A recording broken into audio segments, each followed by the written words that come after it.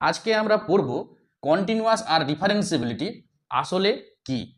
2 নম্বর হচ্ছে কোন function continuous আর কোনটা ডিসকন্টিনিউয়াস।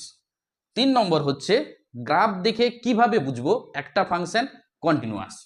4 নম্বর হচ্ছে সবচেয়ে গুরুত্বপূর্ণ এইচএস প্রিভিয়াস ইয়ার কোশ্চেনে এই টপিক থেকে কিরকম প্রশ্ন এসছে। চলো শুরু করি। কন্টিনিউটি মানে হলো নো ব্রেক, অর্থাৎ পেন না তুলে যদি একটা কার্ভ আঁকতে পারো তখন সেই ফাংশনটাকে বলা হবে কন্টিনিউয়াস। এই ফাংশনটা মনে করলাম একটা y equal to F X একটা ফাংশন, একটা পয়েন্টে x ইকুয়াল টু সি পয়েন্টে কন্টিনিউয়াস তখন হবে যদি এই পয়েন্টের লিমিট ভ্যালু অর্থাৎ limit x tends to C F of X equal to যদি সেটা ফাংশনের ভ্যালুতে সেই পয়েন্টে ফাংশন ভ্যালুটা যদি সমান হয়ে যায় তখন এই ফাংশনটাকে বলা হবে এক্স ইকুয়াল টু সি পয়েন্টে কন্টিনিউয়াস বা সন্তত। আবার এই লিমিট ভ্যালু কখন এক্সিস্ট করে, একটা পয়েন্টের লিমিট কখন এক্সিস্ট করে যদি তার লেফট হ্যান্ড লিমিট এবং তার রাইট হ্যান্ড লিমিট দুটো সমান হয়। অর্থাৎ এটাকে কি লিখতে পারি, limit X tends to left hand মানে C minus F of X equal to limit X tends to C plus, এটাকে বলা হচ্ছে right hand limit into F X equal to যদি এফ অফ সি অর্থাৎ সেই পয়েন্টে ফাংশন ভ্যালু সমান হয় তখন একটা ফাংশনকে আমরা বলবো কন্টিনিউয়াস সেই পয়েন্টে। আর যদি এই কন্ডিশনটা স্যাটিসফাই না হয় তখন সেই ফাংশনটাকে বলা হবে ডিসকন্টিনিউয়াস। মনে রাখবে কন্টিনিউয়াস মানে হচ্ছে নো ব্রেক, ডিসকন্টিনিউয়াস মানে হচ্ছে ব্রেক। এবার একটা এক্সাম্পল দেখলে ব্যাপারটা একদম ক্লিয়ার হবে। এই ফাংশনটা কন্টিনিউয়াস নাকি ডিসকন্টিনিউয়াস সেটা আমরা চেক করব। তাহলে এই ফাংশনটাকে প্রথমে আমি একটু লিখে নেব। দেখো এক্স এক্স যখন গ্রেটার দেন 0 হয় অর্থাৎ এক্স এর মান এই দিকটা 0 থেকে সেই পজিটিভ সাইন যখন মানে +1 +2 +3 এইভাবে, তখন এই ভ্যালুটা কত হবে এক্স। আবার যখন এক্স সমান 0 হয়ে যাবে তাহলে দেখো 0 বসিয়ে দিলে এক্স এর মান 0 হচ্ছে। আবার এক্স যখন লেস দেন 0 হবে অর্থাৎ লেস দেন মানে এই দিকে অর্থাৎ -1 -2 -3 এইভাবে চলছে এই দিকে, তখন সেক্ষেত্রে কি হবে এখানে বসালে -x।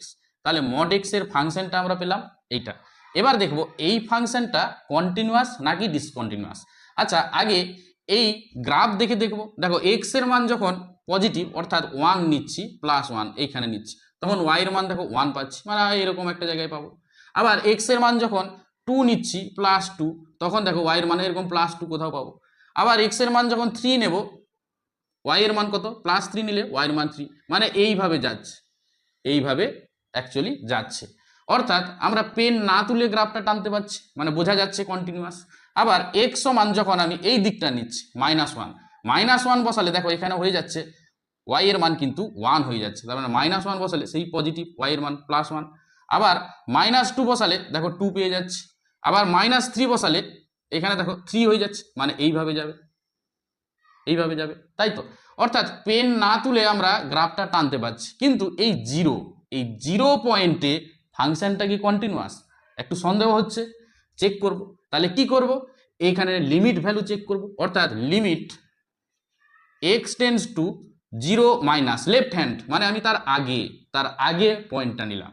তাহলে কি হবে F of X equal two এই ভ্যালুটা কত পাবো, limit X tends to 0 minus 0 থেকে ছোট মানে এই দিকে কোন ভ্যালু বসবে এইখানে মানে -x বসবে।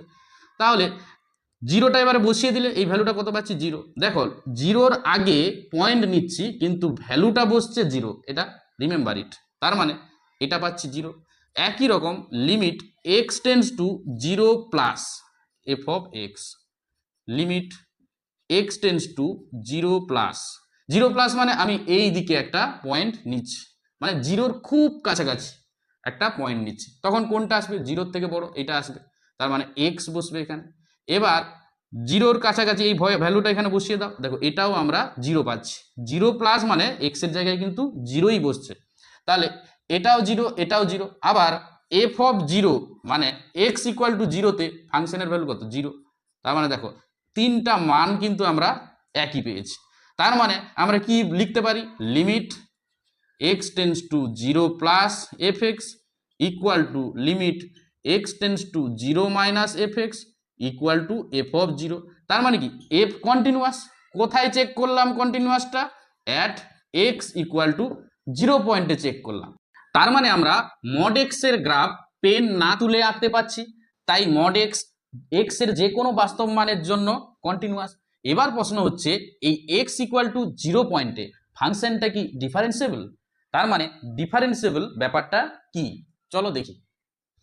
মনে করলাম y equal to F X একটা ফাংশন, এই ফাংশনটা ডিফারেন্সিয়েবল এই পয়েন্টে আমরা x ইকুয়াল টু সি পয়েন্টে চেক করব। কখন ডিফারেন্সিয়েবল হয়, যদি left hand derivative equal to right hand derivative হয়, তখন সেই ফাংশনটা অর্থাৎ y equal to F x ফাংশনটা এই পয়েন্টে ডিফারেন্সিয়েবল হয়। এই লেফট হ্যান্ড ডেরিভেটিভটা কি, আমি এটাকে এল এফ ড্যাশ সেই পয়েন্ট সি সমান লিখলাম limit X tends to C F of X minus F of C divided by X minus C, এটা হচ্ছে লেফট হ্যান্ড ডেরিভেটিভ। আর রাইট হ্যান্ড ডেরিভেটিভটা কি, এটাকে আমি আর এফ ড্যাশ সি মনে করলাম, সেটাকে লিখলাম limit X tends to C.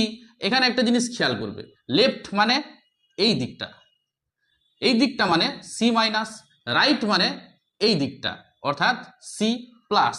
তাহলে এখানে হবে F X minus F C divided by X minus C. এই দুটো ভ্যালু যদি ইকুয়াল হয় তখন একটা ফাংশন সেই পয়েন্টে ডিফারেন্সিয়েবল হয়। এখন এই এফ এক্স সমান মড এক্স ফাংশনটা আমরা এক্স ইকুয়াল টু 0 পয়েন্টে ডিফারেন্সিয়েবল কিনা চেক করব। তাহলে প্রথমে আমরা কি চেক করব, এটা চেক করব এল এফ ড্যাশ সি, এখানে সি কত, এক্স ইকুয়াল টু 0 পয়েন্টে চেক করছি। তাহলে লিমিট এক্স টেন্স টু, এখানে কি ছিল সি মাইনাস, তার মানে এটা কত হবে 0 minus F of X minus F of C মানে সেই পয়েন্টে F of 0 divided by X minus 0। এবার জাস্ট ক্যালকুলেশন করছি, limit X tends to 0 minus F X 0 minus মানে 0 থেকে ছোট, 0 থেকে ছোট মানে এই ভ্যালুটা বসবে মানে minus x minus F of 0 মান তো 0, মানে 0 ডিভাইডেড বাই এক্স। দেখো এখানে দেখো এই এক্স এক্স ক্যান্সেল হয়ে গেলে পাচ্ছি আমরা -1, তার মানে লেফট হ্যান্ড লিমিট ডেরিভেটিভটা কত পাচ্ছি আমরা -1।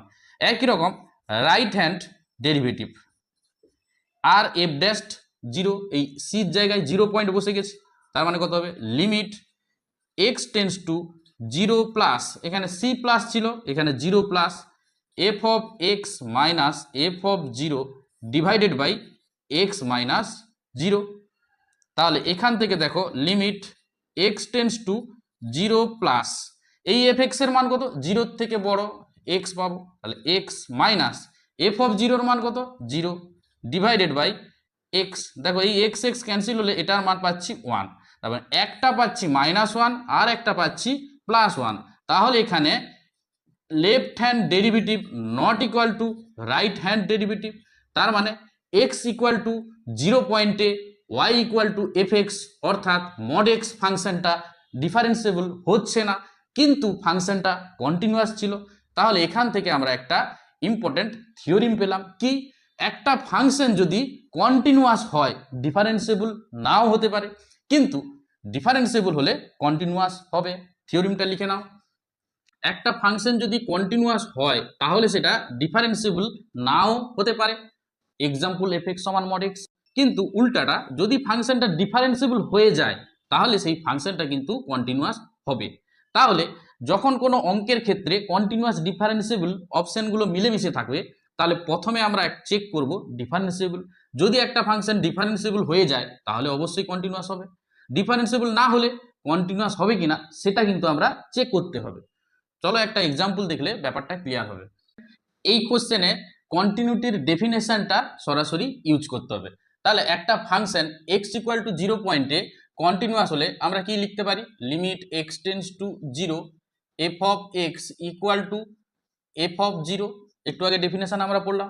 তাহলে এখন এইখানে আমি বার করব limit X tends to 0 F of x, এই মানটা আমরা এখন বার করব।